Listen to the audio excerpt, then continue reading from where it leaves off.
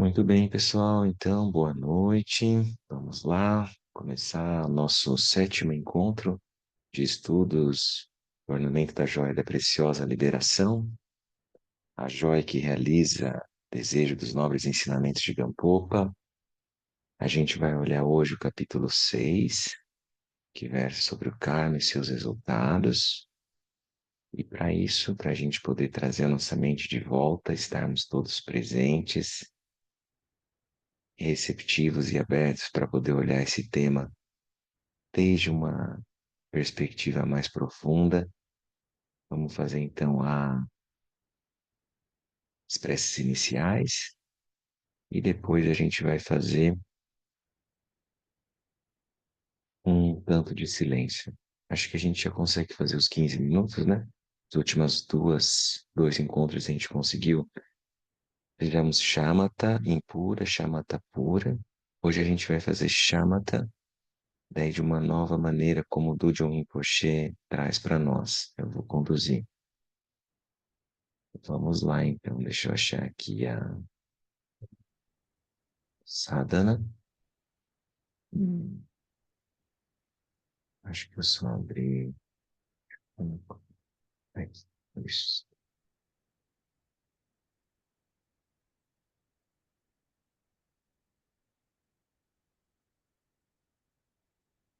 Muito bem. Estão vendo bem aí, né? A gente faz uma vez em português, duas em tibetano. Prece de 7 linhas, na fronteira noroeste do país de origem, no coração de pólen de uma flor de lótus, você obteve o mais excelente e maravilhoso Siddhi. Renomado como aquele que nasceu do lótus, você está cercado por um vasto séquito de Dakinis.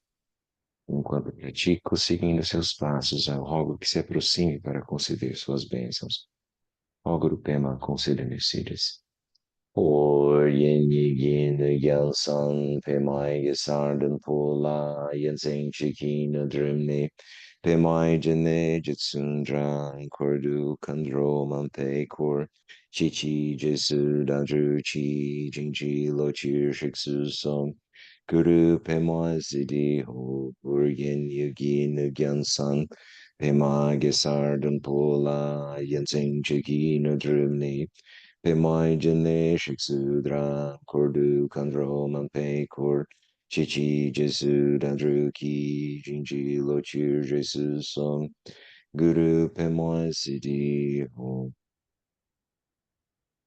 Refúgio Bodhicitta, no Buda, no Dharma e na excelente Assembleia da Sangha, até que eu alcance a iluminação, neles eu tomo refúgio. Através da minha prática das 6 perfeições, possam todos os seres sencientes alcançar o estado búdico. Sangyecho Danso Chicho Namla Janchu Bardu Dani Chapsuchi Dagi Jingso Jingpe Sonanchi Drola Pinchir Sangye Druparshur Sangyecho Danso Chicho Namla Janchu Bardu Dani Chapsuchi Dagi Jingso Jingpe Sonanchi Drola Pinchir Sangye Druparshur.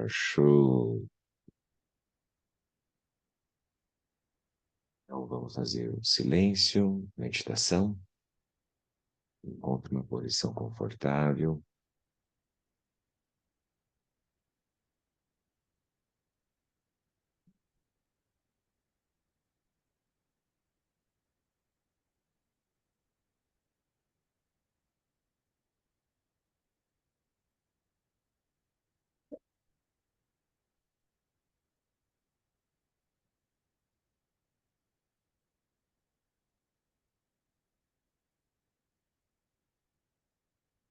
Então procure relaxar profundamente o seu corpo. Solte as tensões. Relaxe os ombros. Fisionomia na face. Faça algumas respirações profundas. Traga sua mente para o momento presente,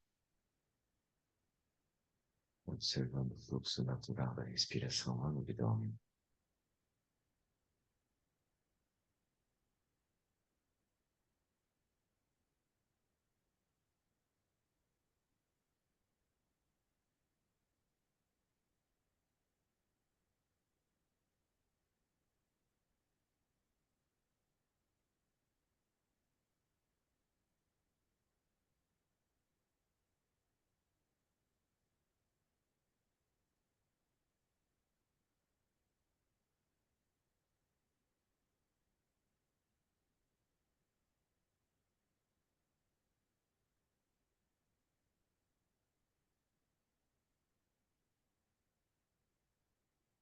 inspirando e exalando. Solte quaisquer pensamentos, traga a mente para o momento presente.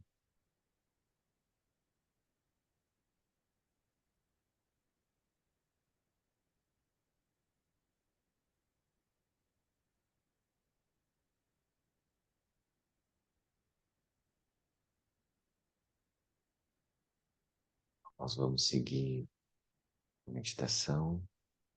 Eu vou ler as instruções e do John Rinpoche.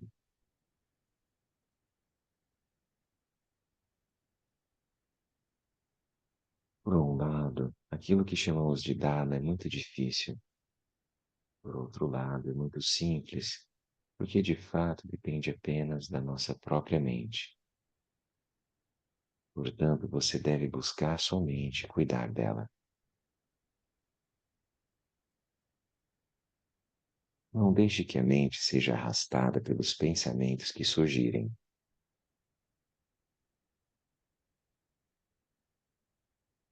Corte as elaborações e conceituações da mente e deixe-a relaxar em seu estado natural.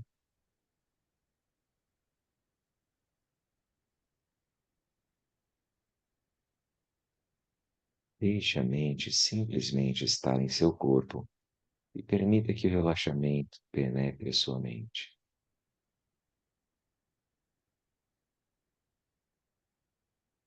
E como é esse estado de relaxamento? É como a experiência de uma pessoa que acabou de terminar um trabalho bastante exaustivo. Depois de trabalhar duro e longamente para cumprir sua missão, quando finalmente acaba, ela experimenta uma satisfação plena de felicidade e contenta-se em simplesmente descansar.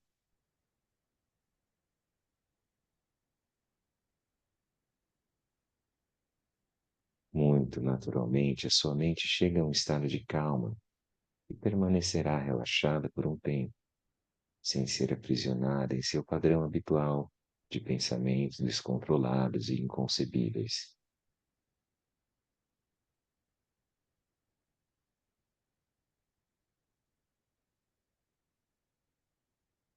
Então, seguindo esse exemplo, você deve tentar observar e proteger a mente, mesmo em meio a todo tipo de pensamentos turbulentos.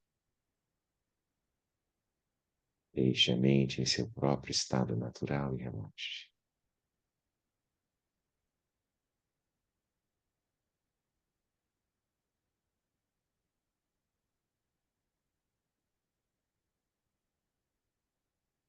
Mantenha o corpo imóvel e silencie a fala.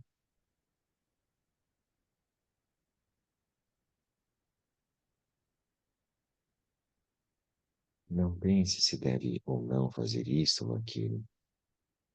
Basta estabelecer a mente em um estado de relaxamento e tranquilidade, sem correr atrás de objetos nem pensamentos descontrolados e loucos.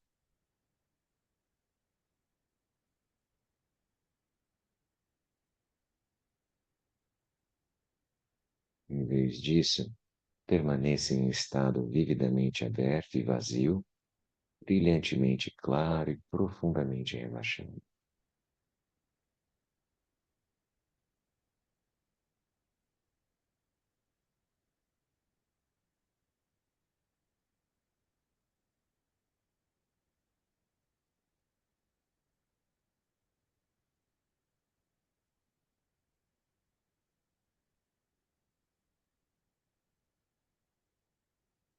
Esse estado de conforto é uma indicação de que a mente chegou à sua limpidez inerente e de que simplesmente se estabelecerá nessa lucidez.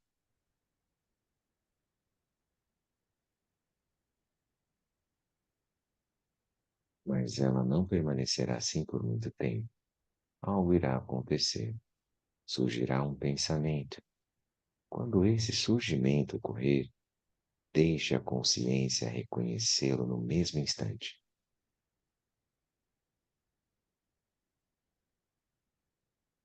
Não ache que algo está errado. Apenas reconheça esse surgimento assim que ocorrer.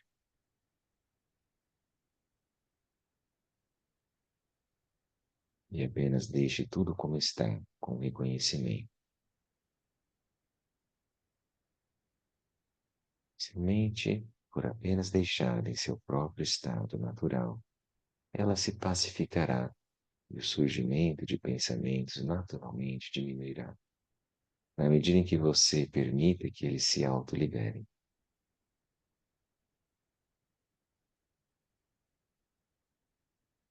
São como ondas no oceano. Elas retornam naturalmente de volta ao oceano, e este é de fato o único lugar para o qual elas podem ir.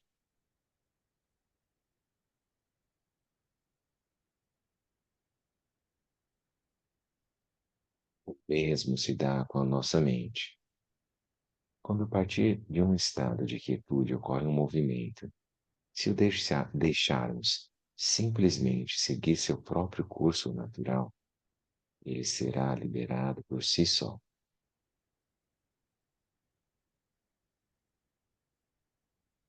A mente será naturalmente pacificada e se tornará límpida por si só.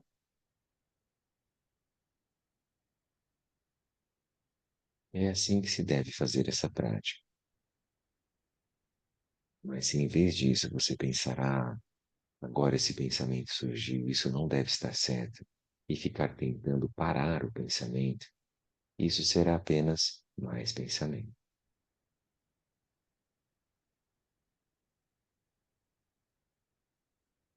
Praticar assim aumentará mais sua própria confusão, pois a mente continuará seguindo mais objetos. Portanto, não pratique dessa forma.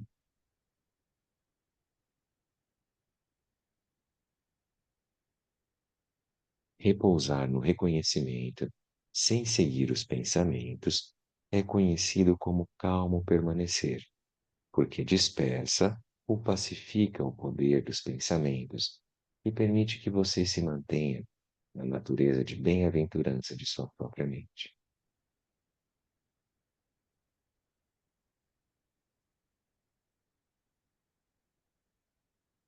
E isso é o que chamamos de shamatha em sânscrito ou chinê em tibetano.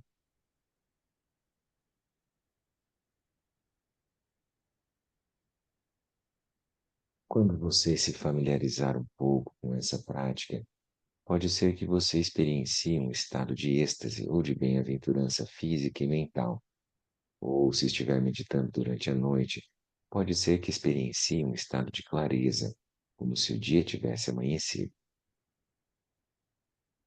Experiências como essas podem ocorrer e são sinais de que você está cultivando a paz e a calma de Shamatha.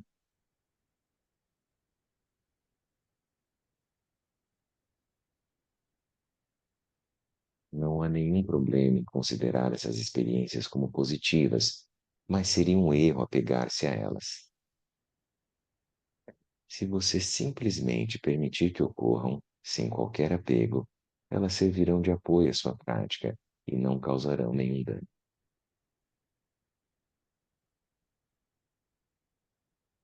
Assim, se qualquer experiência de felicidade ou de clareza ocorrer, não há necessidade de se agarrar a elas com apego, ou tampouco suprimi-las. Simplesmente permita que se dissolvam naturalmente.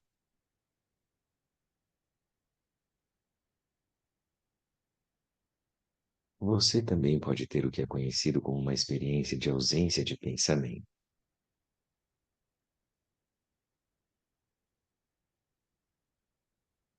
Esse é um estado obscurecido, embotado e sonolento, em que não se tem consciência de coisa alguma.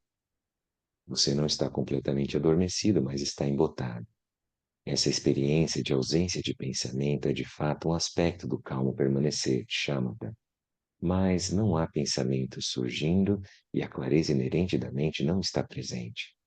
Isso é porque você deslizou para dentro de Alaya, a base de tudo, e você precisará se dar conta e despertar. Para se afastar desse estado, endireite o corpo, exale o ar estagnado e concentre sua atenção no espaço à sua frente.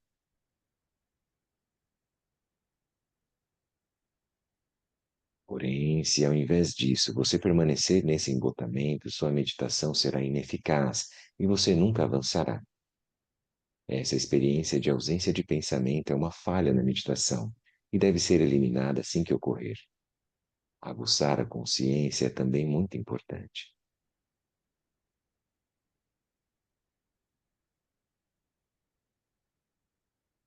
Praticar dessa maneira é o caminho para desenvolver o calmo permanecer, shamatha.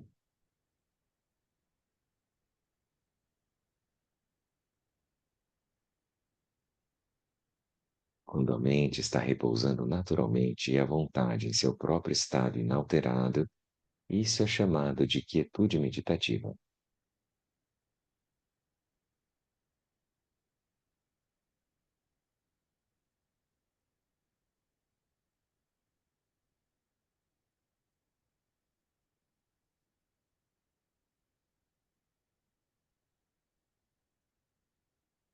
Se a partir desse estado de quietude surgir um pensamento, isso é chamado de movimento.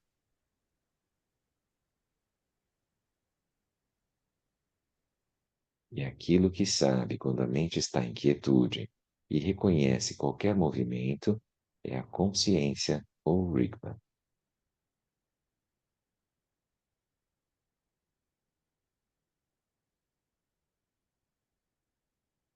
Estes são conhecidos coletivamente como os três estados de quietude, movimento e consciência.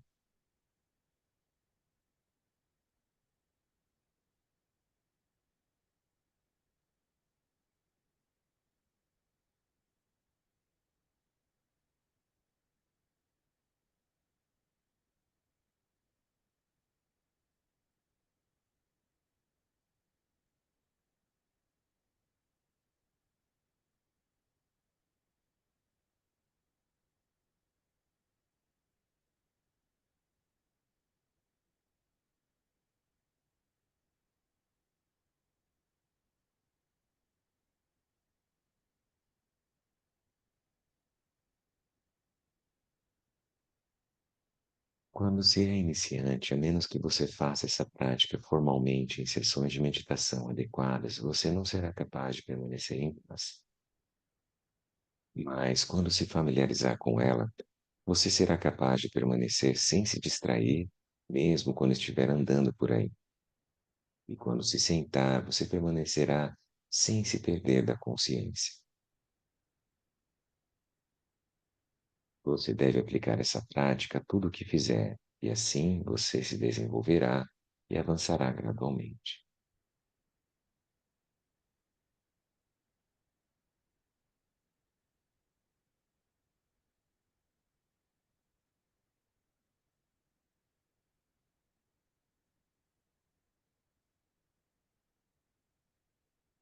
Muito bom, pessoal.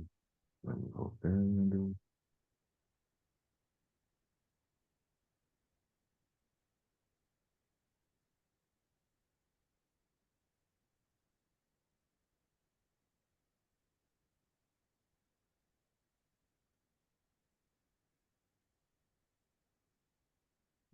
Muito bem. Deixa eu...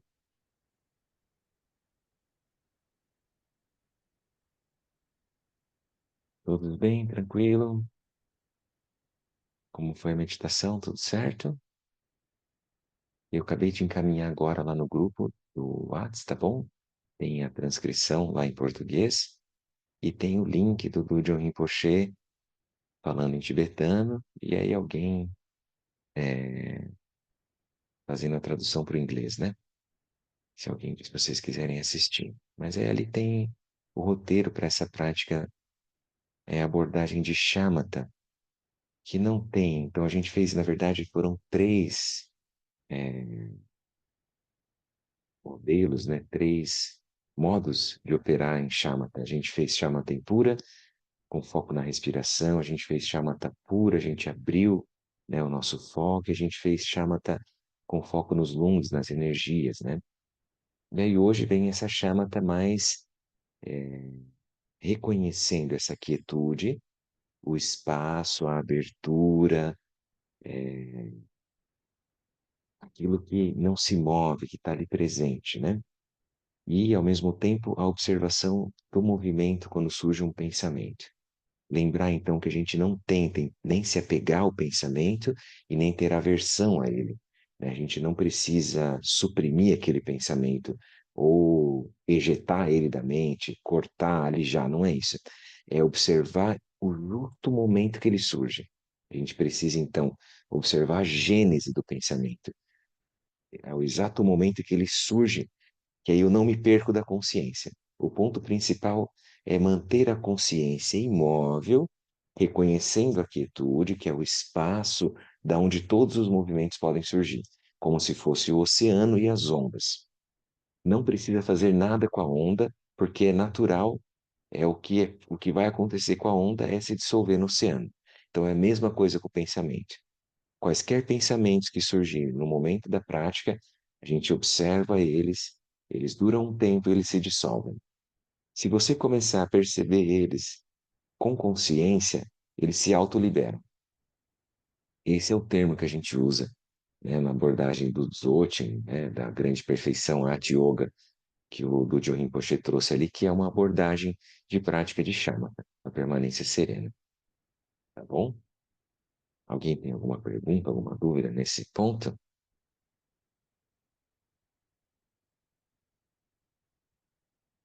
Eu me lembrei também que, na verdade, hoje é o oitavo encontro, né? Tem mais três, é hoje mais dois. Isso.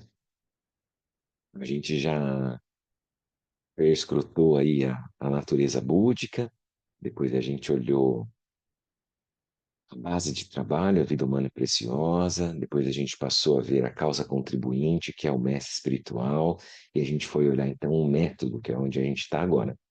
E esse método, são os ensinamentos, né, do nosso lama, do nosso mestre, de uma linhagem, e a gente vai tentar tornar aquilo vivo.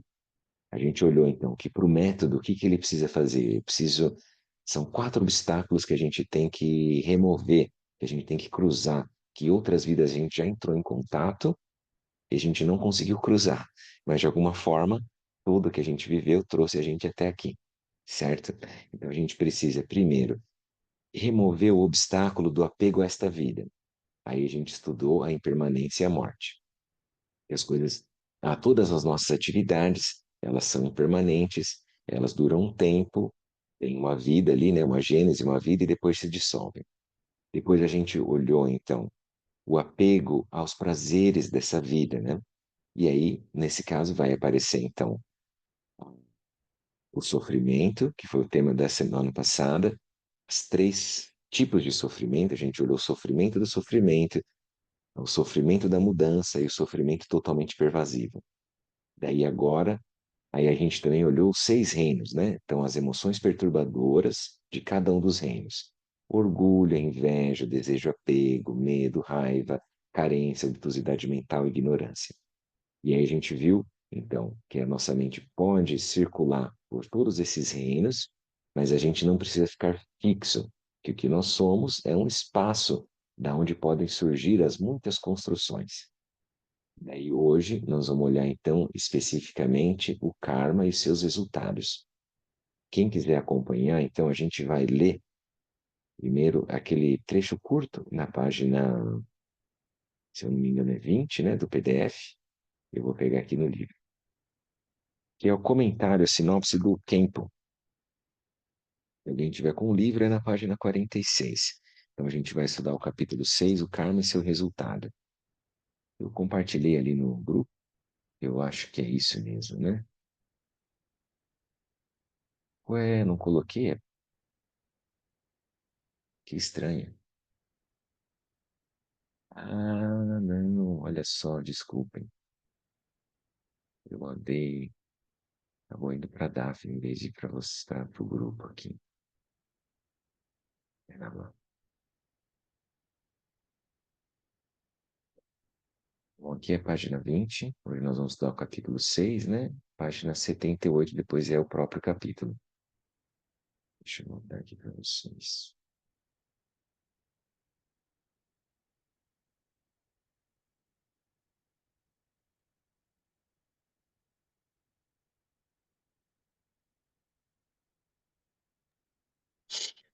Ô, Isso. Gabriel, Agora, ó, pode falar.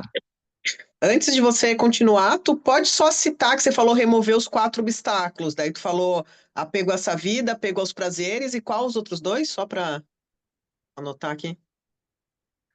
Apego à paz, obstáculo apego à paz, Uhum, e daí vai ser a semana que vem, que a gente vai ter que cultivar bondade amorosa e compaixão. Porque a gente tem como praticante, a gente já viu, né? A tendência, caminho do ouvinte, Vaca, Pratyeka Buda, que a gente dá um tempo do samsara, não aguenta mais isso tudo. Adeus, mundo cruel, vou mergulhar para minha própria paz. Daí ele vai mostrar que eu preciso superar o apego à paz, entendeu? uhum, E é quando a gente vai entrar no caminho Mahayana, de Bodhicitta, incluir todos os seres. Aí depois o outro é o obstáculo do desconhecimento do método. Então, são esses quatro. E aí, nesse desconhecimento do método, é quando ele vai mostrar, então, que a gente precisa tomar refúgio, que é os preceitos, né? E aí gerar bodhicitta, que é o final, o último encontro nosso, a gente vai olhar, então, a bodhicitta da aspiração e a bodhicitta da ação. Bodhicitta da aspiração é quando a gente vai olhar o método, a compaixão. A bodhicitta, que é a bodhicitta relativa. A bodhicitta da ação é a bodhicitta última, é a bodhicitta da sabedoria. Quando eu vou olhar, então, shunyata, vacuidade, que é a verdadeira natureza dos fenômenos. A gente vai unir essas duas, né? Muito obrigada, bem, Fran. então vamos lá. Opa, tranquilo. Eu que agradeço a pergunta. Vamos lá, na capítulo 6, então, esse resumo, né, do Kempo. O karma e seu resultado. Esses sofrimentos não são independentes ou desprovidos de causas. Conhecer suas causas e efeitos nos liberará da ignorância. Um primeiro momento de pensamento positivo traz felicidade em um segundo momento. Um primeiro momento de pensamento negativo traz sofrimento num segundo momento. Todos os fenômenos existem num fluxo momentâneo de causa e efeito. Portanto, as 10 não-virtudes são a causa geral do sofrimento no samsara, em particular do sofrimento dos três reinos inferiores. A alegria e a felicidade dos reinos superiores no samsara e a própria iluminação se baseiam nas 10 virtudes. Esta lei de causa e efeito é o que constitui todos os fenômenos. Então, a gente vai ser bem importante a gente ressaltar esse ponto, sedimentar na nossa mente, para que a gente não caia no dia a dia no automatismo de, primeiramente, projetar a culpa de qualquer sofrimento nosso em algo externo, né? A gente não vai achar que é o governo, que é a esposa, que é o chefe, que é o filho, que é quem seja que for, o vizinho, qualquer um, a gente não vai olhar isso.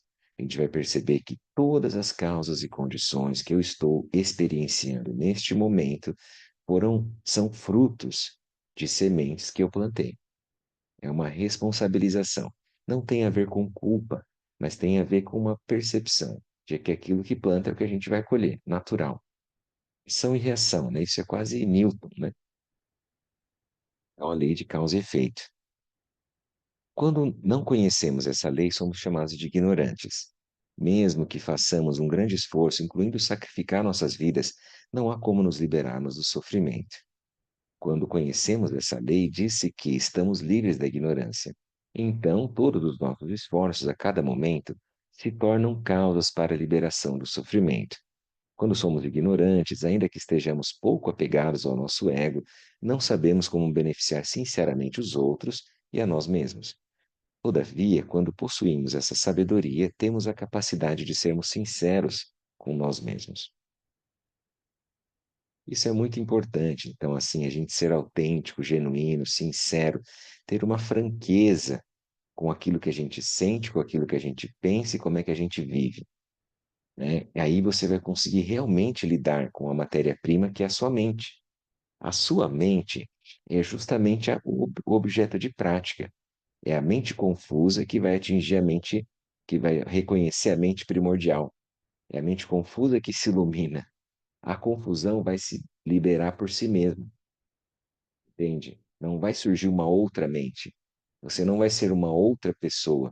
Não vai ter uma outra forma, como é que eu vou dizer assim? um outro estilo, um outro estado particular de mente que eu precise tirar esse de agora e pôr outro. Dá para entender? Então eu tenho que usar a matéria-prima que eu tenho. Então eu tenho que começar da onde eu estou, com todos os seus desafios, os seus paradoxos, contradições, altos e baixos, tudo que é toda beleza, toda feiura, tudo aquilo que eu olhar, eu vou ver a minha mente. Primeira coisa eu tenho que lembrar isso. Todos os fenômenos vistos como externos são reflexos do meu mundo interno, dos meus referenciais que eu adotei para olhar, avaliar, julgar e construir a experiência, né? Isso é a coemergência, né? Que a gente vai olhar lá no finalzinho, então, quando a gente vê a politica da ação.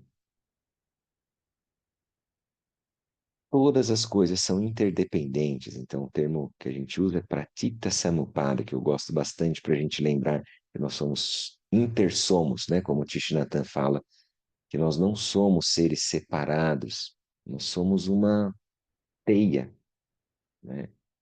Uma rede mesmo. A gente tem a tendência, a nossa cultura é assim, a gente se sente separado, né? Sente que a gente é uma coisa, o outro é outra coisa, e tudo que é não eu fora, né? Tudo que é da pele para fora é não eu. E aqui ele vai mostrar então que nós intersomos. A gente vai ter que olhar exemplos, né? Quando nasce o filho, nasce a mãe. Eles intersão, filho e a mãe. Quando tem o chefe, tem um empregado. Quando tem a esposa, tem o esposo. Então, uma coisa depende da outra. Não existe a esposa em si por si. É só na relação.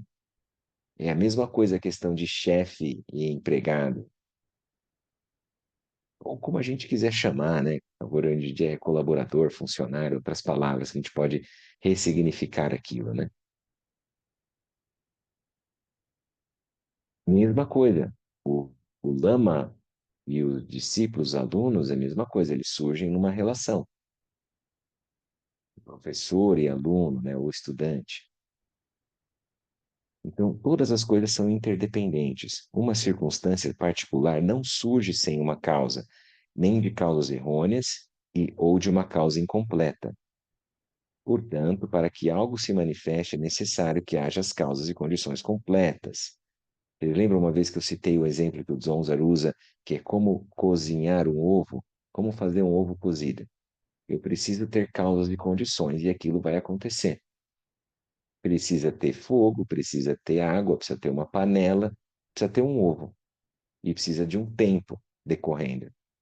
Daí aquilo, com causas e condições, aquilo acontece. Causas completas. Então, se eu não tiver o ovo, eu não tenho como fazer. Se eu não tiver o fogo, eu não tenho como fazer. Se eu não tiver a água, acho que eu também não tenho como fazer. Mesma coisa a panela, o recipiente, né? Então, vocês estão vendo que não dá para ser causas incompletas. Tem que ser causas completas, é o que ele está falando. Também não são causas errôneas. Eu não posso ter gelo, entendeu? Em vez de fogo. Então é isso, basicamente é isso que ele está dizendo. Daí ele vai dar um exemplo. Tomem um carro, por exemplo. Para fazê-lo funcionar, precisamos de todas as causas e condições necessárias. Se uma única causa estiver faltando, o carro não funcionará. Da mesma forma, nossa paz interior e equilíbrio também dependem de muitas diferentes causas. Não importa o quanto tentemos ou quantas expectativas tenhamos em relação ao resultado, a não ser que as causas e condições adequadas tenham sido desenvolvidas, o esforço será em vão. É muito importante conhecer a lei de causas e condições que resultam no samsara e no nirvana. Sem tal sabedoria, não poderemos criar um ambiente positivo. Como se diz, apenas desejarmos, desculpa, apesar de desejarmos a felicidade, devido à ignorância, nós a destruímos como se fosse o inimigo. Queremos nos livrar do sofrimento, mas corremos atrás dele. Os detalhes e as manifestações sutis do karma são muito mais difíceis de investigar e compreender do que a vacuidade. Olha isso, então. Então, assim, é muito sutil, é muito sofisticado, é muito detalhado. Então, a gente não vai conseguir esmiuçar né, as causas, dissecar, assim, né, destrinchar totalmente o que é o karma. Então é mais fácil a gente compreender a vacuidade. E aí, no estado búdico, ele vai conseguir ter essa visão onisciente do que é o karma, que é muito intrincado, né? Assim, é muito importante estudar essa seção sobre o karma cuidadosamente, não apenas como uma tradição budista, mas como a fronteira entre a causa do sofrimento e a causa da felicidade para todos os seres sencientes. Então, por que que a gente estuda o karma, né? Que o karma não é aquela a visão, vamos dizer assim, convencional no Ocidente, falar, ah, é o meu karma. Quando alguém, você não aguenta mais uma pessoa, fala, essa pessoa é meu karma. Então, não é esse o caso. O karma é ação. O que que eu coloco em ação? Isso começa no pensamento. O pensamento já é uma ação mental. E depois tem a ação da fala e depois tem a ação do corpo. Então eu já começo a observar o que que eu ponho em movimento, o que que eu ponho em ação. Isso é o meu karma. Eu ponho para girar, para produzir aquilo. Daí aquilo vai ter uma inércia, aquilo vai acontecendo. Eu vou ter que mudar as causas e condições se eu não quiser que aquilo amadureça como frutos. Tá dando para entender o que nós estamos falando? Sim? Mais ou menos. Temos exemplos? Alguém quer citar algo que vem à mente de exemplo?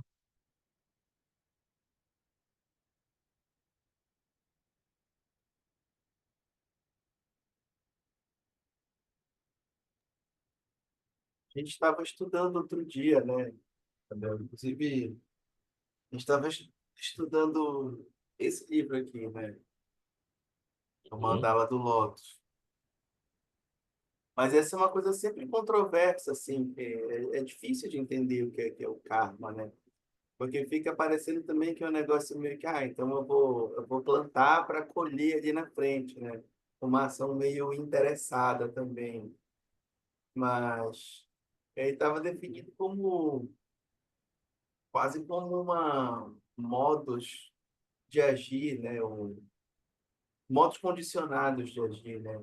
Quase como uma programação interna que eu tenho, e muitas vezes eu reajo automaticamente a partir daquilo, né?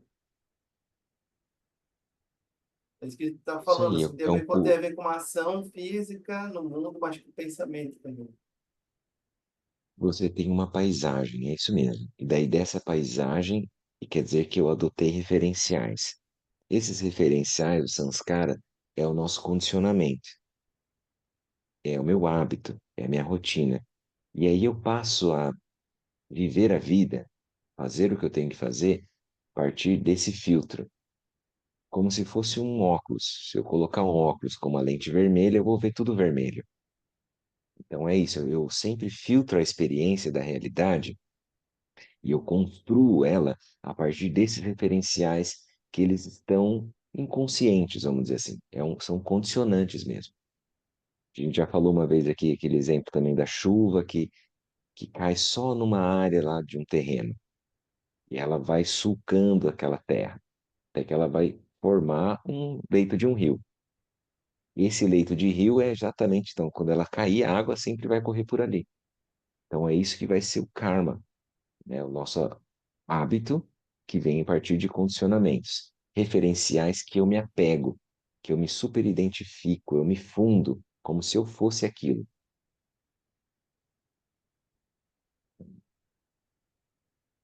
Então vamos olhar lá na página 70, né? É isso? Vamos olhar que vocês estão por aí. Vejam aí onde é que vocês estão. Se eu não me engano, é isso, né? No PDF. 78, desculpa, eu mandei lá no grupo.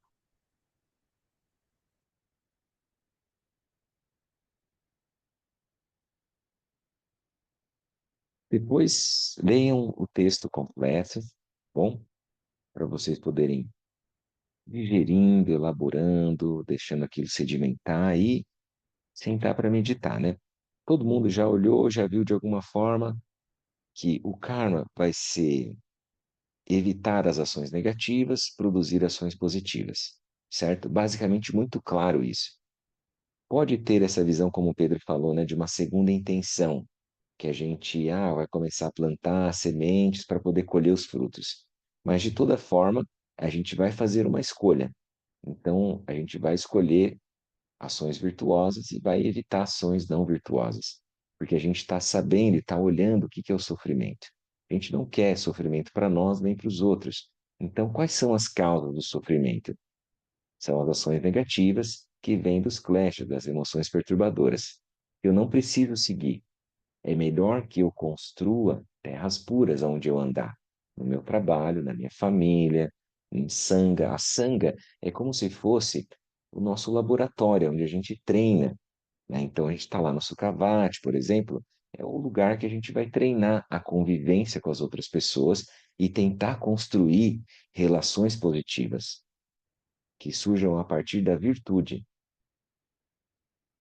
e não das nossas identidades que vão tentar ser vitoriosas dentro de uma experiência cíclica que a gente chama de samsara, né? Então, o que ele vai falar, né? A mente é o karma da consciência. Pela sua força, os karmas do corpo e da fala se manifestam.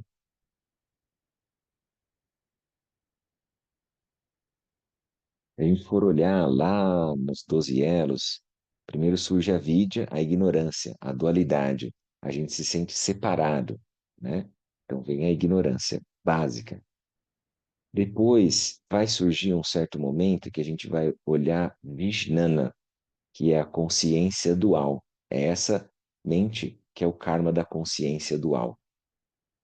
A mente pode ser vista, como o Lama fala, dos 8 consciências, seria a sexta consciência, que é aquela que raciocina, aquela que vai tentar jogar o jogo. A sétima consciência é a identidade, e a oitava consciência é o loka, né? A paisagem, vamos dizer assim, o mundo que a gente habita, como a gente experiencia, né? E as primeiras 5 são as consciências derivadas dos 5 sentidos.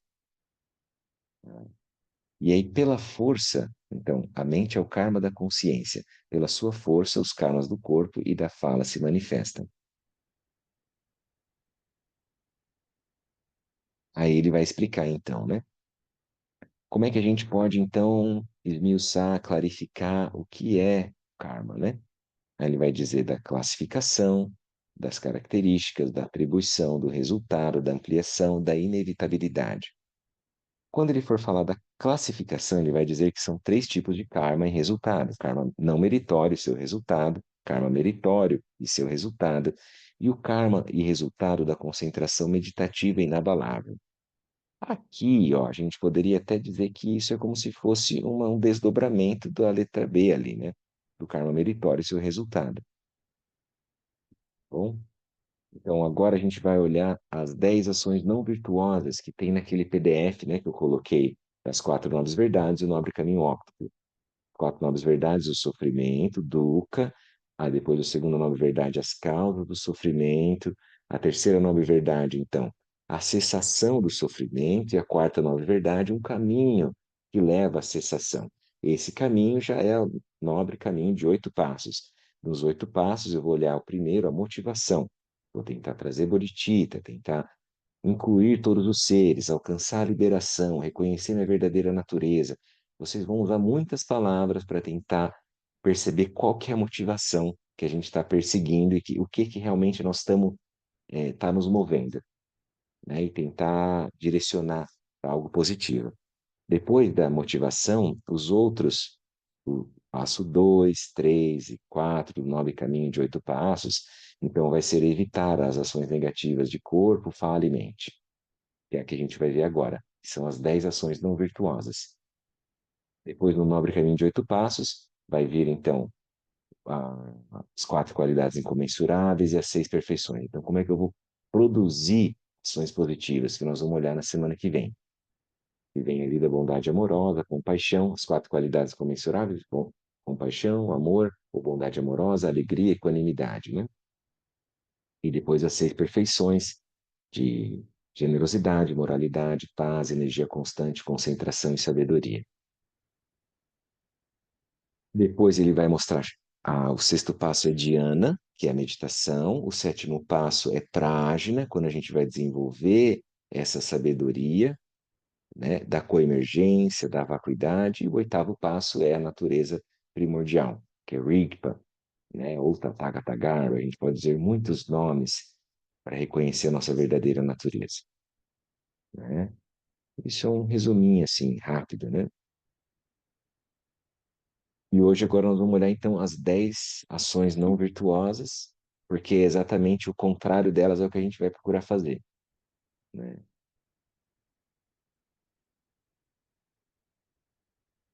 O que acontece assim na nossa cultura, é que eu já falei isso, é uma banalização do sofrimento,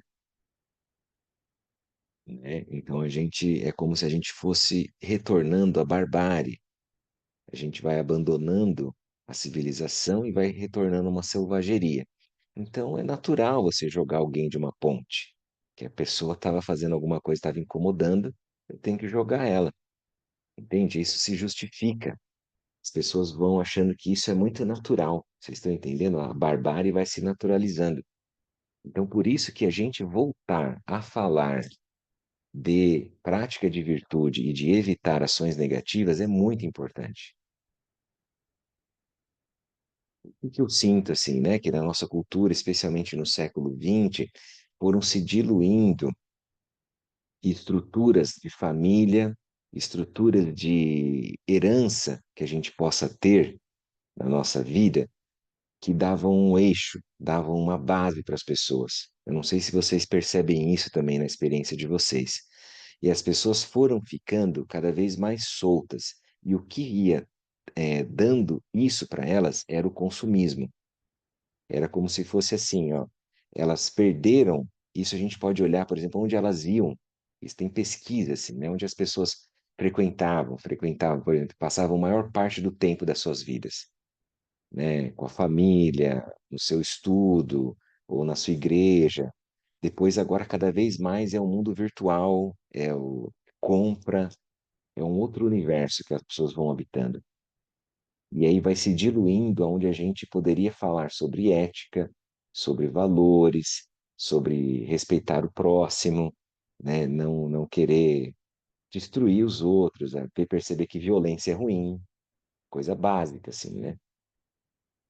E aí que a gente vai vendo ó, os crescimentos aí de extrema-direita e assim por diante, de radicalismos, né? Então, se eu achar que o ponto é resolver a coisa na força, eu vou passar onde eu tiver que passar, né? Vou passar a boiada, vou matar, vou resolver o que eu tenho que fazer, né? E isso, gente, essa semente da violência pode estar em qualquer ambiente, ambientes religiosos também, ambientes universitários, da academia também, né? Não é só empresa, vamos dizer assim, ou só no, né, na Avenida Paulista, que as pessoas estão se digladiando, não é só isso, né? Wall Street não é isso, a pessoa é a mente dela. Então, qualquer ambiente ela pode distorcer, né? Então, a gente vai ter que olhar com muita calma qual é a motivação, qual é a semente que a pessoa está irrigando. Então, a gente vai ver, né? Discursos inflamados dentro de comunidades espirituais e que elege alguém que é o inimigo e que eu devo destruir. E aí eu vou gerar uma guerra. Não estou falando nada de novo isso, né? Isso é muito natural. E tudo isso que a gente está conversando aqui é como se fosse assim, o Buda viu aquilo. Não é uma coisa fora, né? Tudo que nós estamos vivendo agora é clareza dos tempos de degenerescência. E como é que eu vou usar essa experiência de sofrimento que a gente está imerso, embebida na nossa cultura, para desarticular as causas e condições que levam ao sofrimento? Eu não quero mais aquilo. Eu não quero mais para as pessoas com quem eu convivo, né? Gerar empoderamento, gerar autonomia. A pessoa não fica mais refém, não fica à mercê dos outros, do que os outros devem fazer, aquela coisa já superada de adolescente, né, que eu devo meio que combater o mal, sabe assim, de super-herói. e aí eu tenho que pegar em armas para matar quem não tem a mesma ideologia que eu, sabe assim? Então, basicamente é isso. A gente vai ampliar nossa mente para perceber que, evitando ações negativas, eu evito o sofrimento. Praticando ações positivas, eu crio as causas e condições, as raízes, para experienciar a felicidade. Relativa e absoluta. Felicidade relativa é você ter as causas e condições, né, favoráveis. Você tem uma boa comida, você tem uma boa casa, você tem relações harmoniosas, né? Você desfruta disso. E a felicidade absoluta é quando você vai alcançar a felicidade da iluminação para você e para os outros. Não sei se isso está fazendo sentido, está dentro aí do que a gente estava esperando. E aí você vai ter que ter a força e a coragem, o destemor de olhar para a sua própria mente e ver aonde que você está incorrendo. O que que a gente está fazendo que está gerando sofrimento. Você está experienciando sofrimento na sua vida? Essa última semana queimou? Você chegou a experienciar o sofrimento do sofrimento? Cansaço, exaustão, desespero, angústia, tudo isso. Aí, se isso está surgindo, eu preciso achar as causas, certo? Que é onde a gente está tentando pegar. E elas vêm de ações negativas que a gente praticou. Não é para fazer um meia-culpa, né? Pegar o silício, não é isso. É como é que eu não vou fazer mais isso? É tipo, agora eu vou plantar outras coisas. Se a minha mente é um jardim, eu vou evitar as ervas daninhas. E eu vou praticar o cultivo de sementes apropriadas. Eu quero ter uma pitangueira, uma jabuticabeira na minha, no meu jardim. Não é isso? Flores bonitas. Aqui, no caso, são as hortênsias que estão agora graçando pelo sucavate, pelos terrenos aqui no entorno de Quatro Barras, né? Então tá bem. 10 ações não virtuosas que a gente vai evitar. 3 ações de fala, desculpa, 3 ações de corpo, 4 ações de fala e 3 ações de mente. Não, no corpo a gente vai, então, evitar matar, evitar roubar, evitar sexo impróprio. Depois, as de fala, a gente vai evitar mentir, fala rude ou agressiva, né? Agredir com palavras.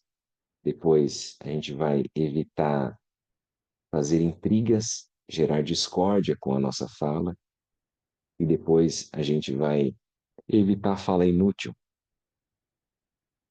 quando eu conduzo a pessoa para paisagens internas negativas ou que são improdutivas, né?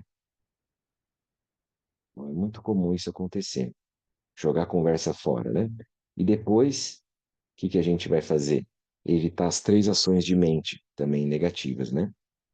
E aí vão ser os 3 venenos, o centro da roda da vida, os 3 animais. Apego, aversão e ignorância. Bom, então nós vamos olhar lá com mais detalhes. Se vocês depois quiserem ler, ele vai trazer assim, bem esmiuçado, né?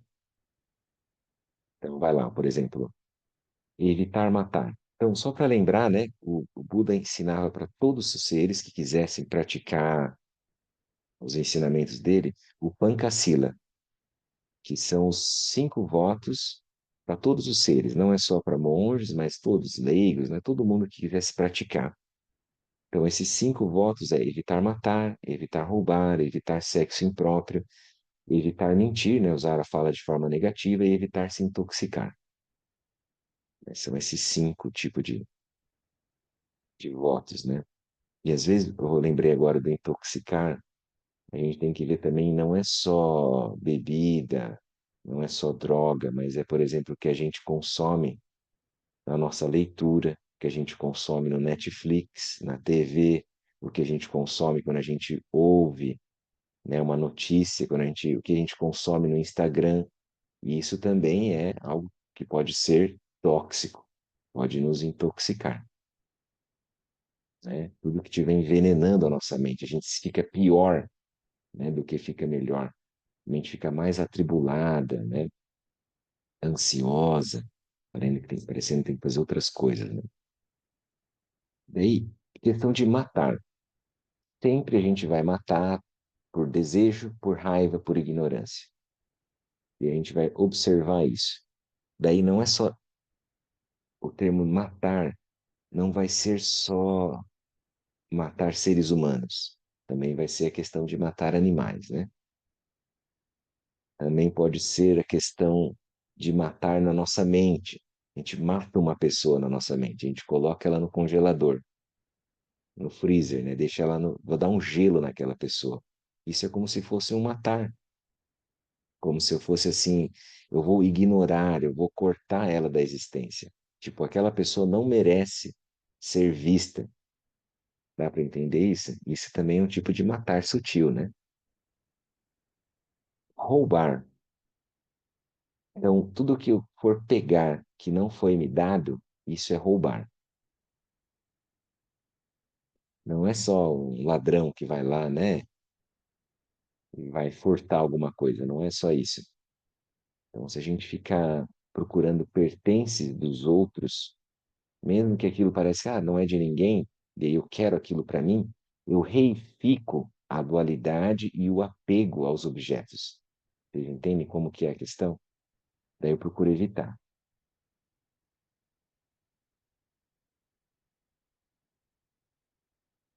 O roubar também tem muito a ver com a questão da sensação de carência, né? Então, ele vai mostrar para gente lá que se eu praticar o ato de matar, eu encurto a minha própria vida. Dá para entender isso? Então, pessoas que estão matando, por isso que o pessoal de crime organizado vai morrer lá por volta dos 30, 25, 30 anos. Porque eles matam muitas pessoas e a gente já sabe que eles estão encurtando a própria vida, né? E aí a gente renasce no reino dos infernos. Isso vai ter lá descrito também. Porque a nossa mente está hostil. A nossa mente se acostumou com aquilo, né? E aí depois, se tem uma carência, vem o roubar. Parece que eu preciso de alguma coisa de fora, uma avidez. Daí eu gero causas e condições para renascer nos fantasmas famintos, nos pretas, né? E aí, conduta sexual imprópria. O que que é isso, né? Sempre me lembro do Lama trazendo tudo aquilo que gerar sofrimento para mim e para o outro é uma conduta sexual imprópria. Então, eu procuro evitar isso.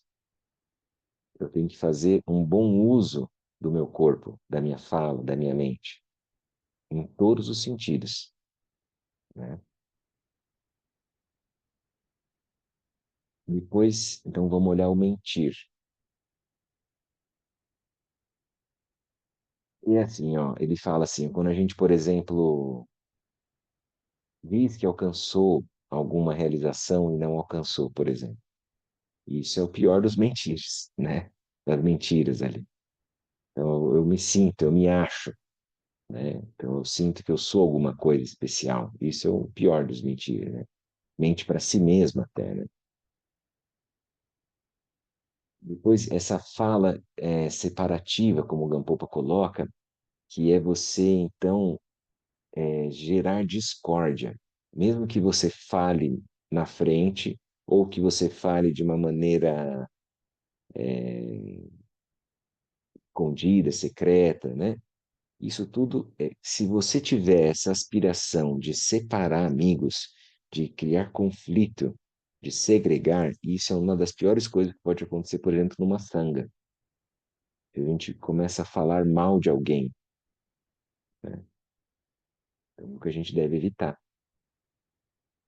porque isso realmente é um karma muito negativo, né? E depois, isso também tem muito uma questão de injustiça, né? Que a gente às vezes quer fazer justiça e a gente começa a procurar aliados. A gente vai ver que então tem que cuidar com esse ponto. É bom que a gente vai treinar nossa fala agora que vai para o Natal, para o Ano Novo, encontrar a família, né? O pai, a mãe, o tio, os primos. A gente vai treinar a nossa fala. Daí tem a fala agressiva. Quando você é hostil, quando você é muito incisivo, não, eu falo a verdade mesmo, sabe assim, eu falo aquilo que vem na minha mente. Isso é uma coisa meio atacar, é como se você estivesse lançando uma flecha envenenada. A fala pode ser isso, fazer mal para o outro. E aí eu vou evitar fazer isso, né? Para mim e para os outros. É um karma negativo fazer isso. Depois, em vez de ter uma fala rude, né, fazer uma fala gentil, né, polida. E depois a fala inútil. Eu acho que nenhum brasileiro, né, faz isso. A gente fala muito pouco, né? A gente quase não gosta de jogar papo fora, né? Então, lembra por que que é ruim a fala inútil, né? Porque ela não nos leva a ações positivas, então ela leva a pessoa para ação negativa. E pior, se a pessoa estiver querendo praticar o Dharma e você ficar lá, né, papagaiando junto ali, falando coisas que não tem fim, né? Eu não estou dizendo que a gente deve ser assim austero, uma coisa assim, uma seriedade, né? Ser uma coisa meio sombria, não é isso. Não é que eu vou ficar em silêncio e deixar os outros, né? Então eu vou entrar num voto de silêncio amargo, assim, frio, não é isso. A questão maior é que eu possa fazer um bom uso da minha fala. Quando a gente fala corpo, fala e mente, a fala significa energia. Então tudo que eu estiver falando, eu estou usando a minha energia e que ela possa ser usada de uma maneira positiva.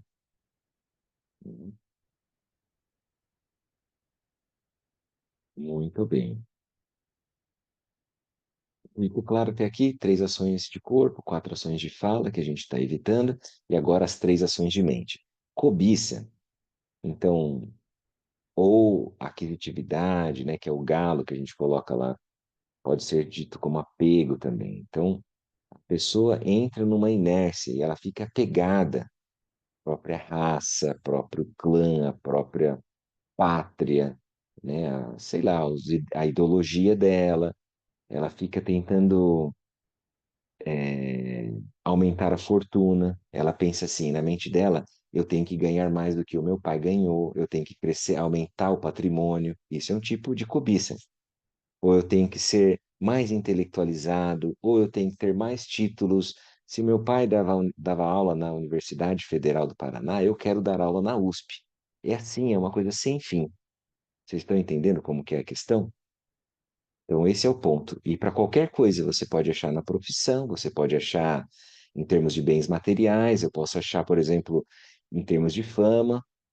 Ah, hoje em dia você precisa produzir conteúdo e o seu Instagram tem que bombar. E isso é cobiça também. É sem fim, não é isso?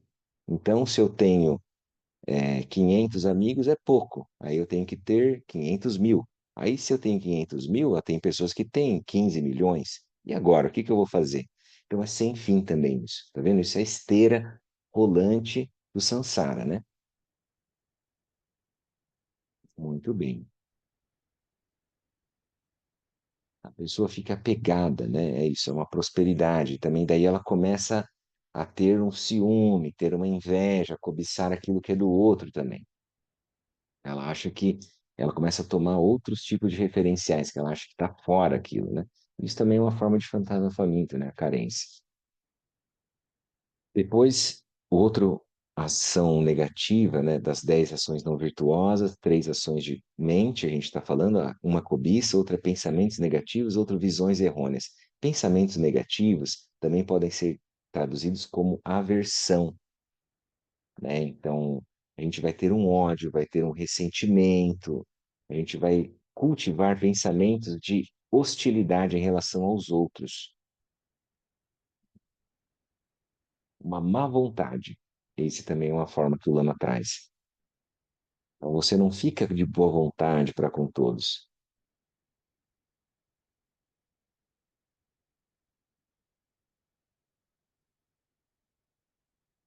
como se a gente ficasse ruminando pensamentos que são de fazer mal para os outros, ou a gente se regozija quando acontece algo de ruim com alguém que a gente não gosta. Vocês entendem isso? Puxa, aquela pessoa era tão má, que bom que ela foi presa, que bom que ela foi morta. Que bom que qualquer coisa a gente pode chegar nesse ponto, né? Depois, o último, né, das 10 ações não virtuosas, a gente vai lembrar então das visões errôneas, que pode ser dito como heresia, que é sustentar as visões negativas que causam o sofrimento.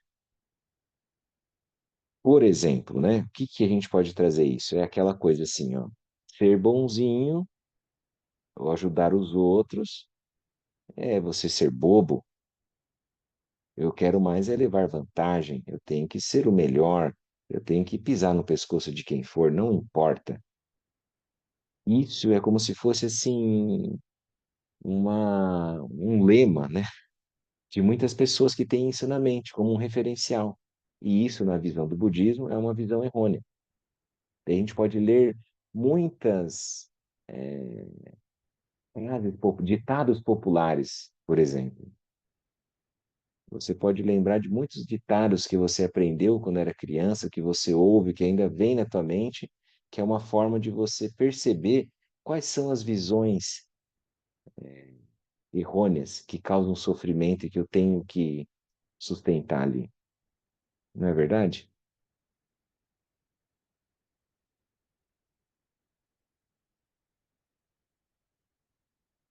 Por exemplo, ó, não acreditar que o sofrimento e felicidade são causados pela não virtude e pela virtude. Então a gente acha que o sofrimento é uma coisa aleatória e que a felicidade também é randômico. De repente sai para alguém aquilo, entendeu? E isso daí eu estou indo contra as causas e condições. Então, se eu for realmente observar e ver que o sofrimento é causado pela não virtude, a felicidade é causada pela virtude, daí eu fico claro para mim, então, que eu tenho que evitar ações negativas e produzir ações positivas, né? Aí ele fala um outro tipo, né? O segundo tipo de visão errônea, não acreditar que se atinge a verdade da cessação, mesmo que a verdade do caminho seja praticada. Então, a gente quer chegar na terceira nova verdade, que é a cessação do sofrimento. E para isso, eu uso a quarta nova verdade, que é o caminho. Então, mesmo que eu pratique a quarta nova verdade que o Buda ensinou, eu não vou chegar na cessação do sofrimento. Vocês entenderam? Isso é muito comum, que isso é o potencial cortado. Muita gente diz assim, fala, não, vai praticar para quê? Para que você está perdendo seu tempo? Para que você está meditando? Para que você está estudando? Você está agora às 9h20 da noite ouvindo aqui essa história do Gampopa de 1100 e alguma coisa? Quantos tempos já? E aí ele diz aqui, então, a outra visão errônea é não acreditar nas três joias e difamá-las. Então, aquilo que vem para nos libertar, eu pego uma aversão, eu pego um ódio, eu pego assim uma repulsa, eu menosprezo aquilo, né?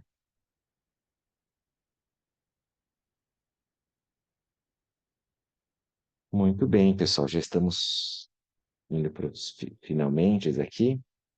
Depois ele vai descrever, né, se vocês quiserem olhar lá depois com calma, também quando você vai praticar o karma meritório. E agora eu vou falar um pouquinho, então, tudo que a gente falou dessas 10 ações negativas é para a gente evitar. E justamente o oposto são as ações positivas, as ações virtuosas. Então, em vez de não matar, eu vou proteger a vida. Em vez de não roubar, né, de roubar, eu vou tentar ser generoso, eu vou oferecer. Em vez de conduta sexual imprópria, eu vou cuidar das pessoas, vou zelar por elas e não violentá-las, né? Daí então, então a fala, quando que eu vou fazer uma fala, em vez de fala inútil, uma fala produtiva, uma fala significativa que ajude os outros, que tenha conteúdo. Não que eu precise produzir conteúdo, mas se naquele momento for surgir, que seja sincero, né? E a minha fala não precisa ser hostil para ser verdadeira. Ela pode ser uma fala amorosa, compassiva. E sempre que eu for usar, por exemplo, a minha fala, que eu possa pacificar ambientes que estejam em conflito. Eu vou ler aqui, né? Então, lá, quando ele diz o karma meritório e seu resultado. Então, evitar as 10 não virtudes constitui o que chamamos de as 10 virtudes. Então, fazer uma coisa já vem junto à outra. Olha que maravilha. Evitou ação negativa, já vem ação positiva. Então, viver de acordo com atividades virtuosas significa proteger a vida dos outros, praticar grande generosidade, sustentar ética moral, falar a verdade, harmonizar aqueles que estão brigando, falar pacífica e polidamente, falar com significado, praticar a redução do apego e desenvolver contentamento. Isso aqui é para o antídoto, né, para cobiça. Praticar bondade amorosa e assim por diante. E engajar-se no significado perfeito. Então, eu estou procurando isso. Isso vai ser o meu norte. E aí, quando a gente vive isso, a gente exemplifica, a gente se torna inspiração para as pessoas com quem a gente convive. Sabe? O mais importante é o exemplo. Não é o que a gente fala, é o que a gente é, o que a gente vive, o que a gente transmite, né? O que a gente exala.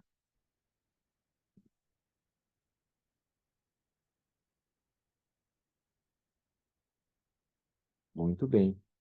Depois ele vai falar, né, quando a gente tiver essa concentração meditativa, nesse caso aqui foi quando o Lama trouxe para nós exemplos, né, o Buda e outros praticantes que foram aprofundando na meditação, eles vão tendo frutos também daquilo e renascendo no reino dos deuses, da forma e no reino dos deuses da não forma.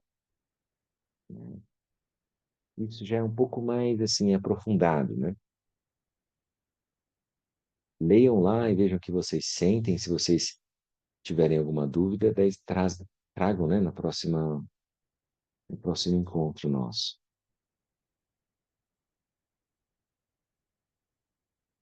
Ainda assim, a gente não vai se apegar, é isso que é a questão, né? Todos os estados meditativos, eles são temporários e são construídos. Eles não são a presença, não são a mente primordial, mas eles são úteis. Você ter paz, você vai aprofundando naquilo, entende? Mas não deve se apegar. Como o Dudjom Rinpoche falou hoje na instrução que a gente meditou ali de Shamatha. Não é? Pode vir uma bem-aventurança, pode vir uma paz, pode ser que nem surjam pensamentos, né? Tá tudo bem, mas eu não devo me apegar àquilo. Essa que é a questão, porque daí a pessoa se torna viciada, adicta à meditação, porque ela me dá paz, como se fosse uma droga, entendeu? Por isso que agora depois a gente vai olhar no próxima semana o antídoto ao apego à paz. Uhum. Muito bem. Gabriel, Então depois ele vai. Oi, pode falar, Dani. quando você falou da grande compaixão, o que que é essa grande compaixão? O que que ela difere de uma compaixão? É porque daí, Dani, tem a questão de Karuna e Mahakaruna. Karuna é a compaixão convencional, que a gente tem, assim, uma empatia, a gente sofre junto, a gente não quer que a pessoa fique mal. E a gente vai tentar ajudar ela dentro do samsara.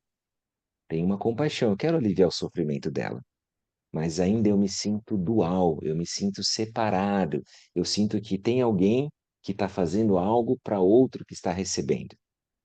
A Mahakaruna é quando eu vou além da separatividade, é quando tem uma não dualidade. Aí eu não fico mais apegado, por exemplo, à generosidade. Alguém que é generoso, algo que é feito e alguém que é o receptor daquela ação.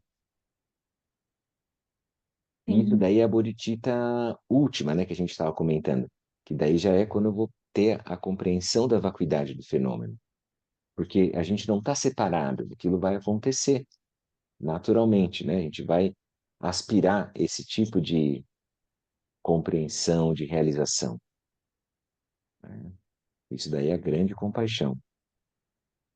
A gente está no caminho, estamos tentando compreender. A primeira coisa é remover os obstáculos, porque senão o que que acontece? Se eu ficar praticando ação não virtuosa, é difícil avançar no caminho. É como se eu tivesse cobradores kármicos, entende? Então, por exemplo, se eu brigar com as pessoas, vai ser difícil eu ter um momento de paz, sentar em silêncio. Porque vai vir gente. Ah, eu não pago uma conta, eu brigo com o vizinho, eu não faço alguma coisa. Isso tudo vai voltar para mim. Então eu tenho que evitar. Por isso que o Buda vai falar da motivação, evitar as três ações negativas, né, de corpo, fala e mente, que é o que a gente olhou hoje, e aí depois começar a produzir ações positivas. Fazer as quatro qualidades incomensuráveis, seis perfeições, aí parece que eu fico mais, gerei o espaço, o local para o despertar, né? E que ele vai dizer então na continuação que é a atribuição. O karma tem essa atribuição, quer dizer que o resultado vai amadurecer para aquele que plantou aquilo e não vai amadurecer para outros seres. Dá para entender isso também? Porque senão seria uma coisa, você imagina um resultado acontecer para alguém que não criou aquilo. Mas daí também tem aquilo do karma individual e do karma coletivo, né? Isso, daí, então, o que acontece, né? Ainda que isso seja uma linguagem separativa, né? Tem a individualidade, como se tivesse um eu ali, né? Mas de alguma forma tem os skandhas que produziram aquilo. É sobre aqueles skandhas que vai recair aquela situação. E aí, conforme, por isso que a gente falou que é muito difícil de entender o karma, que ele é muito intrincado. E o que vai acontecer é que você vai acabar se afinizando com pessoas que têm esse mesmo tipo de modo de operar a mente. E aí, então, que a gente vai chamar de karma coletivo.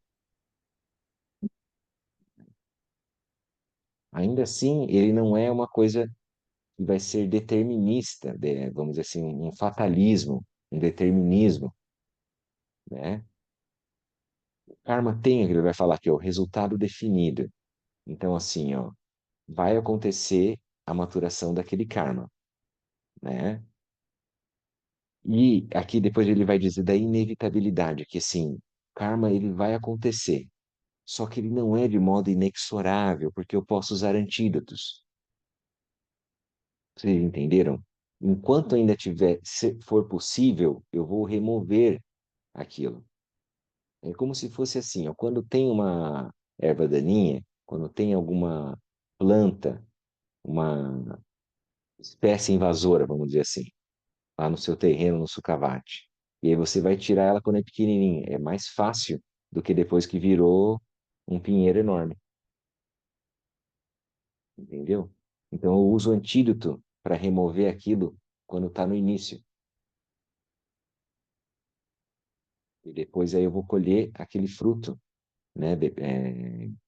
Aquilo vai acontecer, mesmo que não seja nessa vida, em outras vidas, né? E aí tem um outro ponto que é a ampliação. Sempre lembrar que pequenas ações elas vão reverberar muito. É aquela imagem quando a gente joga uma pedrinha no rio e vai formando os círculos, né, concêntricos assim, né, num lago. Uma semente pequena, ela faz crescer uma árvore enorme com inúmeros frutos e centenas de sementes. Isso tanto para o que é negativo quanto o que é positivo. Então, existe esse ponto. Uma pequena ação com a motivação positiva, ela gera muitas bênçãos, muitos méritos. E uma pequena ação com uma motivação negativa também vai gerar muitos sofrimentos. Por isso, a gente tem que ser muito cuidadoso. Vou lembrar de novo aquela frase, né, do Guru Rinpoche. Ainda que a minha visão seja mais elevada que o céu, as minhas ações no contexto de causa e efeito são mais refinadas do que farinha de cevada. Então, ele vai sendo muito cuidadoso, né? Mesmo que eu tenha uma visão muito ampla, né, eu preciso ser muito cuidadoso.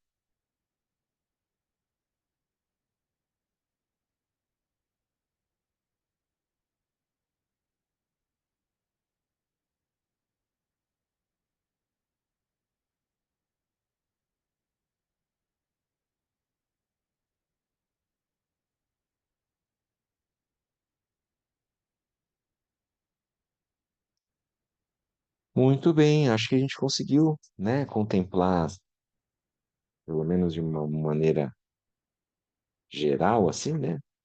O capítulo 6 sobre o karma e seu resultado. Alguém tem alguma pergunta, alguma dúvida, ou quer fazer uma colocação? Entendeu? Oi, Pedro. Então, algumas coisas assim, né? Parece até um pouco engraçado, porque acho que diz respeito à época, né?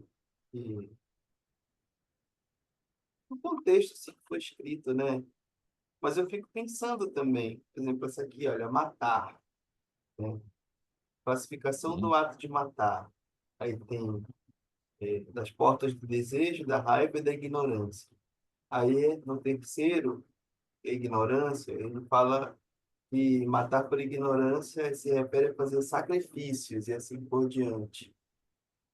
Aí eu hum, fiquei pensando nisso, né? Pô, mas que sacrifícios são esses? Será que ele está falando de sacrifícios humanos, sacrifícios de animais, né, no contexto religioso? Ou pode ser um isso mesmo. sacrifício por ignorância, por exemplo, eu sei que tem uma vacina, mas eu não quero vacinar meu filho. Aí o pior acontece. Quer dizer, eu Hum, sacrifiquei uma vida por conta da ignorância, sabe? Ou então, eu tenho um tratamento para fazer, mas eu acho que o médico está hum, errado, não vou fazer, sabe? Aí hum. você meio que e tentando fazer essa relação entre uma coisa que parece algo que está extemporâneo, fora de contexto, mas no fim eu acho que não está, não. Eu acho isso mesmo, Pedro. A gente tem que sempre trazer para a nossa experiência, né? É isso aí. Talvez ainda exista, né? Eu não sei, provavelmente, né? Muitas culturas podem ainda ter essa crença de que sacrificar crianças, sacrificar animais, aquilo pode é visto como positivo, né? Mas também eu acho, se a gente sacrificar, como é que eu vou dizer, a paz, a harmonia, sacrificar, né? A gente vai não confiar, né, no que a humanidade está querendo produzir de positivo, de ajudar, isso que você comentou, né? Por exemplo, o negacionismo, aquilo foi ruim também, sem dúvida, né? Que ainda há, né? Mas é isso mesmo, Pedro. Dá pra gente sempre. O ideal é sempre pegar aquelas palavras e trazer para o contexto nosso agora. Não acreditar como uma literatura escritural, assim, porque está escrito aquilo está certo. Não é assim que o Buda ensinou para a gente treinar. A gente tem que testar, tem que botar no fogo da minha prática, da minha experiência, queimar aquilo. Aquilo está funcionando ou não, né? A gente tem que olhar na nossa experiência. Agora, essa semana, nós vamos olhar. Todo mundo vai fazer essa prática, esse exercício. Onde eu vejo karma? Onde eu vejo causas e condições? Eu vejo virtude e não virtude? Eu vejo que aquilo é fruto, felicidade, sofrimento das ações ou não? E aí procurem ler o texto completo, né? O capítulo, para ver o que que o Gampopa está dizendo lá, né?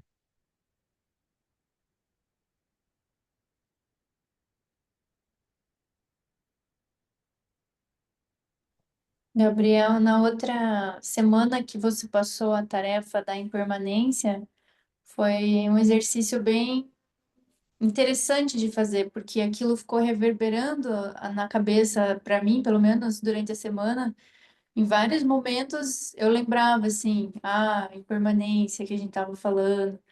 Então, eu acho que é legal assim essa pegar um trecho assim, né, e ter como tema assim para a gente ficar trabalhando, que fica bem, parece mais viva a prática, para mim, pelo menos. Eu Com gosto. certeza, Dani. É isso mesmo. Acho que. Então, vamos pegar esse tema, né? Pegamos a impermanência. Aquela semana a gente olhou, a gente procurou olhar na nossa vida, ver, pegar o ensinamento e aplicar. Eu estou reconhecendo ele. É como se fosse ler o Dharma nas aparências. É isso que nós vamos fazer. Daí agora, essa semana, a gente vai ler o Dharma, né, a partir da visão do karma. Que agora eu já sei o que que é o karma, de ação e reação, de causas e condições. E aí olhar para mim também, o que que eu estou plantando no meu dia a dia. Porque não é questão de fazer muitas ações amplas, vocês entendem? Assim, grandiosas. E sabe assim, ah, agora sim, cara. Não, é coisa muito simples, pequena, é assim, é minúscula, que às vezes não é perceptível. Mas só que na mente, aquilo é a semente, mesmo que não seja vista. Então, a questão de ser visto ou não, ser reconhecido ou não, ter likes ou não, isso daí, ó, vai ter que ser ir além, entendeu? A gente vai ter na no nossa consciência, no nosso coração, aquilo tá claro, né? Aquilo é tranquilo, é um ponto pacífico. Então, é isso que nós vamos fazer,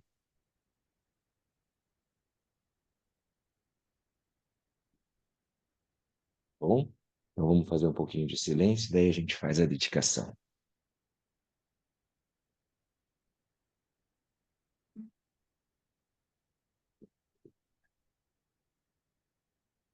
Mais uma vez, encontre uma posição confortável para o seu corpo, para a sua mente.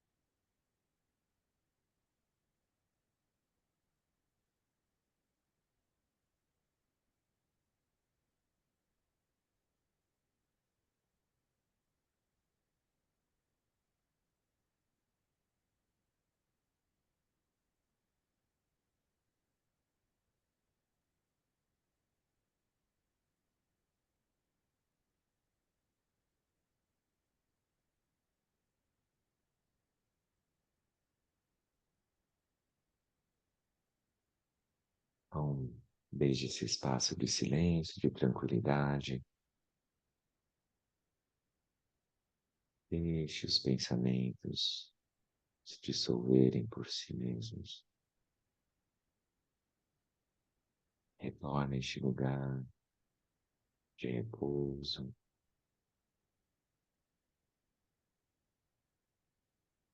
E aspire que todos os seres sejam felizes e que todos os seres sejam livres.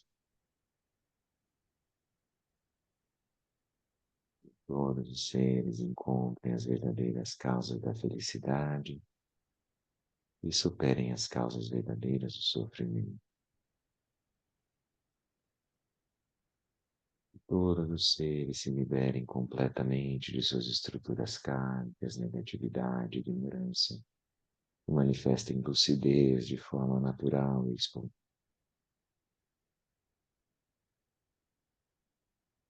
Todos os seres sejam verdadeiramente capazes de ajudar aos outros e encontrem nisso a sua fonte de alegria e de energia, um sentido para a vida. Então procure englobar seus familiares, amigos, colegas, até expandir esse ciclo, incluir toda a biosfera, aspirando que todos sejam felizes e que todos os seres sejam livres do sofrimento.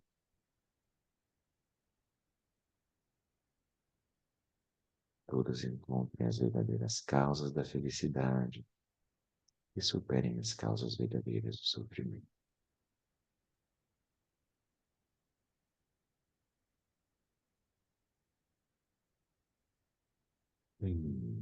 Muito bom. Então vamos fazer a dedicação.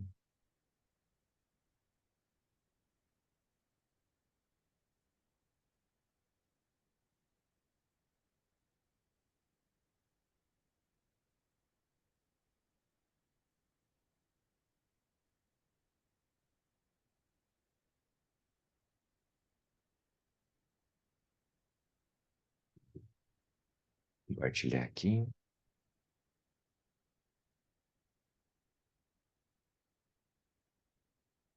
Que os mestres desse encontro se expandam e toquem a todos. Que o mestre universal da paz e da compaixão, sua santidade Dalai Lama, juntamente com todos os mestres de todas as tradições que veiculam essa mensagem, tenham longa vida. Que todos estejam a salvo de gerar pensamentos negativos, obstáculo mais destrutivo. Que estes pensamentos nunca surjam em nossa mente.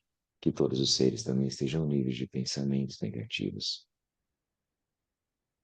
A última prece aqui, neste exato momento, possam nem mesmo os nomes doença, fome, guerra e sofrimento ser ouvidos pelas pessoas e nações da terra, mas possam sim sua conduta moral, mérito, riqueza e prosperidade crescer. Possam a suprema bem-aventurança e bem-estar sempre surgir para elas. Para que a tradição do Guru Padmasambhava floresça.